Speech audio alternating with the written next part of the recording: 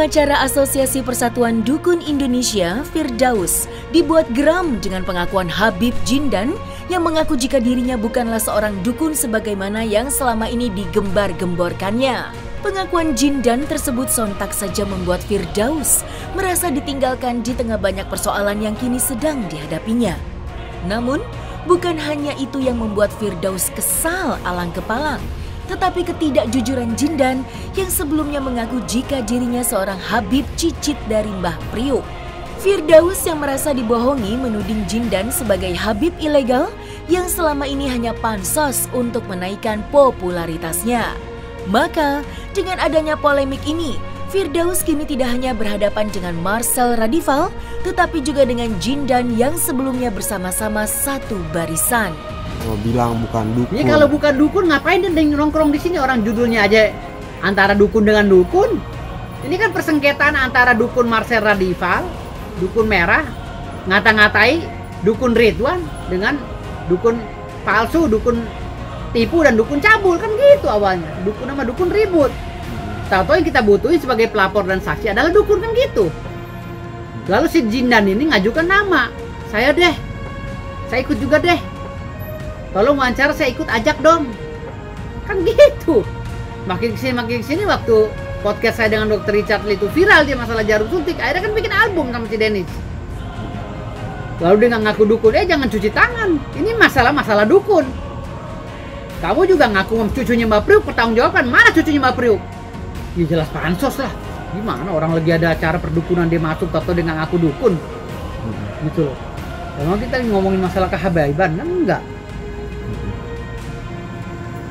Saya jujur ngomong, saya nggak terima, gitu loh. Nama-nama Habib dicemarkan, saya nggak terima. Saya sebagai generasi Sultan, saya nggak terima nama Habib disepelekan. Kita ini lagi membahas masalah perdukunan. Tahu ada anak ini jin dari mana ngaku Habib, tahu kabur gitu kan. Saya bukan dukun. Akhirnya bikin video klip tentang dukun pula, kan lucu.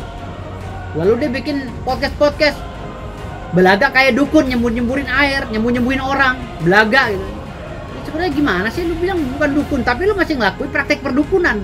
Ya pada situ saya respect lah, karena dia ngakunya Habib kan, cucu Mbah Priuk. Jadi saya manggilnya Habib. Saya menghargai banget, sangat menghargai para Habib, para juriat ya. Syahid, Habib ya, Syarif, Syarifah. Saya sangat menghargai dan menjunjung tinggi itu. Makanya saya hargai itu. Walaupun dia masih muda lebih dari saya itu. Tapi makin kesini makin ngaco gitu. Saya semacam, kok ini saya bilang Habib, padahal ini bukan Habib gitu. Lalu dia ngasih tahu ke saya, memberitahu bahwa katanya dia mulai mendaftar nasabnya ke Robito Alawin. Nggak tahu sampai sekarang, nggak tahu. Baru mulai daftar sih. Tahu diakui atau enggak saya nggak tahu. Gitu. Untuk sementara ini saya bilang itu Habib ilegal. Fakta baru juga diungkap Firdaus jika dirinya dipaksa oleh Jindan untuk melaporkan Dr. Richard Lee. Permintaan itu dilayangkan Jindan kepada Firdaus karena dirinya merasa dirugikan dengan unggahan video di akun YouTube yang sebelumnya sebenarnya ada bagian yang tidak boleh ditayangkan dan itu telah disepakati bersama. Kekesalan Jindan tidak hanya terhadap Richard Lee, melainkan juga dengan banyak orang yang berseberangan dengan dirinya. Hal itu diungkap oleh Firdaus yang menuturkan jika Jindan sangat membenci para seterunya seperti Marcel. Bahkan Jindan sempat ingin memberikan pelajaran kepada Marcel, yakni dengan mengirim santet. Kini, kekecewaan Firdaus pada Jindan semakin tak terbendung. Ia berharap Jindan dapat bertindak dewasa, baik dalam tindakan maupun ucapan. Lantas, langkah apa yang dipersiapkan Firdaus untuk menghadapi Jindan yang telah menusuk dirinya dari belakang? Mulai viral dari Dr. Richard Lee itulah dia mulai tidak terima, katanya namanya tercemar gara-gara video itu di-upload oleh Dr. Richard Lee. Dia menelpon saya untuk segera mensomasi Dr. Richard Lee.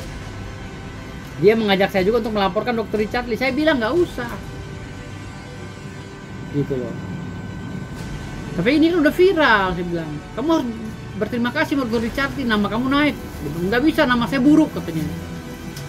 Ya akhirnya saya pusing kan, saya cari deliknya. Dan saya pribadi tentang video-video saya yang beredar, mungkin itu ada proses editingnya gitu kan. Yang video yang edit itu yang unsurnya ada kekerasan, ya kan, ada kekerasan dan lain-lain mungkin ya. Mungkin termasuk itu kekerasan yang menunjukkan itu ya. Nah, kekerasan mungkin. Terus udah saya katakan, udah kesepakatan jangan diupload. Kan sudah dikatakan itu hanyalah trik, ya kan? Mungkin kata-kata saya itu kenapa tidak diunggah juga, tidak dimasukkan juga begitu kan? Biar saya kata umat-umat ini saya kata biar nggak ada salah paham, begitu kan? Nah, saya juga pribadi sih gimana ya? Merasa sangat tidak enak begitu kan?